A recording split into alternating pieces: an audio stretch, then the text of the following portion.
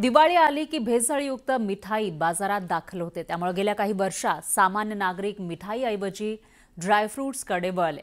पण आता तेही सेफ नाहीये। भेसळखोरांनी तिथं सुद्धा भेसळ करायला सुरुवात केली आहे। त्यामुळे डोळे झाकून नाही तर खात्री करूनच ड्रायफ्रुट्सची खरेदी करा। ड्रायफ्रूट खरेदी करताय? सावधान। ड्रायफ्रुट्सना दिला जातोय केमिकलचा मुलामा। भेसळयुक्त ड्रायफ्रुट्स हिरावतील दिवाळीचा गोडवा। आकर्षक पॅकिंगमध्ये विक्रीसाठी ठेवलेले हे ड्रायफ्रुट्स बघा। तुकतुकी तसेच चकाकी असलेले काजू, बदाम, मनुके पाहून कुणालाही खरेदीचा मोह होईल। पण सावधान, या ड्रायफ्रुटची खरेदी तुमच्या आरोग्यासाठी धोकादायक ठरू शकते।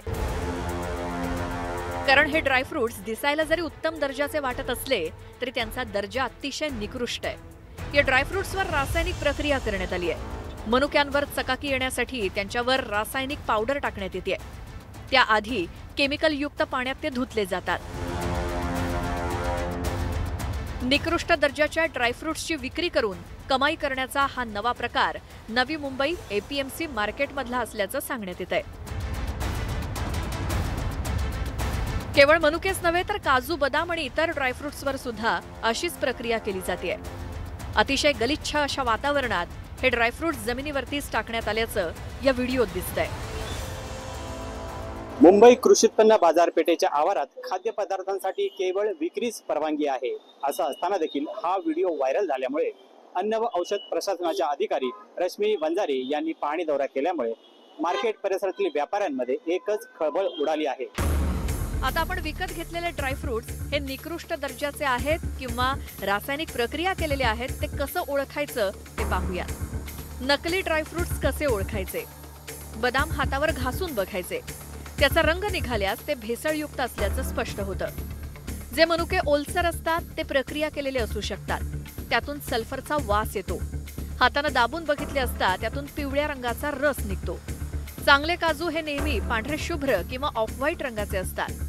ते पिवळसर किंवा तेलकट असतील तर ते नकली असतील। पिस्ते हे नेहमी कडक असतात। त्यात जरा जरी नरमपणा आला असेल तरीही ते नकली आहेत असं समजावं। नकली किंवा प्रक्रिया केलेले ड्रायफ्रुट्स खाल्ल्यामुळे आरोग्याच्या अनेक तक्रारी उद्भवू शकतात। आरोग्यावर काय परिणाम?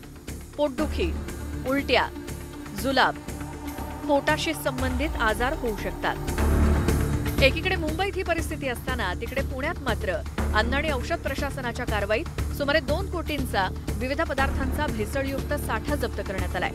यात खवा, मावा, गाईचं तूप, खाद्यतेल, पनीर, बटर, दूध यांचा समावेश आहे। त्यामुळे सणासुदीच्या या दिवसात ग्राहकांनी सजग राहणं गरजेचं आहे। नवी मुंबईहून विश्वनाथ सावंतसह ब्युरो रिपोर्ट, न्यूज 18 लोकमत।